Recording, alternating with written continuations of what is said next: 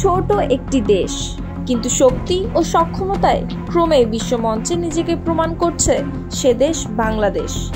একসময় দক্ষিণ এশিয়ার রাজনৈতিক ও অর্থনৈতিকভাবে পিছিয়ে থাকা দেশটি আজ বিশ্বের বিস্ময়। কিন্তু আপনি জানেন কি, ভারতও আজ বাংলাদেশকে ভয় পায়? শুনতে অবাক লাগলেও এর পিছনে রয়েছে কিছু বাস্তব কারণ। চলুন জেনে নেই সেই কারণগুলো। বাংলাদেশের অর্থনীতি গত এক দশকে নজর কাড়া উন্নতি করেছে। গড় প্রবৃদ্ধি 6 থেকে 7% বেশি, যা অনেক সময় ভারতের থেকেও বেশি। তৈরি পোশাক শিল্পে বাংলাদেশ এখন বিশ্বের দ্বিতীয় বৃহত্তম রপ্তানিকারক।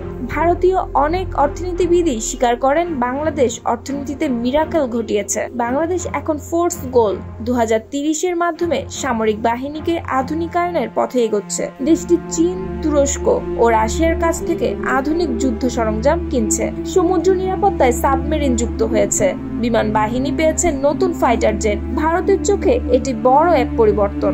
বাংলাদেশ এখন আর কারো ছায়া হয়ে চলতে চায় না। চীন, ভারত, যুক্তরাষ্ট্র সব দেশের সাথে কৌশলগত সম্পর্ক বজায় রেখে বাংলাদেশ নিজের স্বার্থকে অগ্রাধিকার দিচ্ছে।